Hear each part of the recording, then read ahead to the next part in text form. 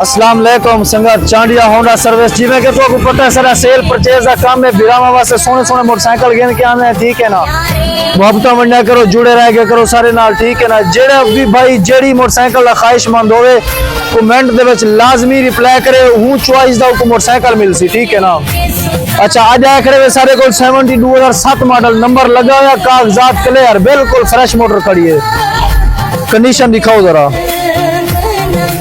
अच्छा एक खड़े हुए सारे को 2016 मॉडल होंडा जापानी बिल्कुल जेन्युइन मोटर खड़ी है बिल्कुल क्लियर खड़ी है टायर ट्यूब हब रैम सारा कुछ लाइट मीटर बिल्कुल फ्रेश खड़े।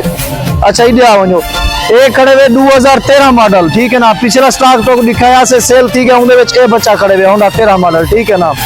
2013 मॉडल है बिल्कुल फ्रेश कंडीशन दे विच खड़े हुए थी ठीक है ना। अच्छा ए सारे को लाए खड़े हुए 100 2007 मॉडल 100 2007 मॉडल ही टायर गाड़ी सेट बिल्कुल कंप्लीट खड़ी है मोटर ठीक है ना। जेड़ा भी जेड़ी मोटरसाइकिल दा भाई ख्वाहिशमंद होवे सानल कमेंट दे विच राब्ता करे सी या सारी आईडी दा विजिट करे सो सारा नंबर मिल सी एड्रेस मिल सी चक्कर ले सो इंशाल्लाह जरूर बिरामा नाल तामुल करे सो।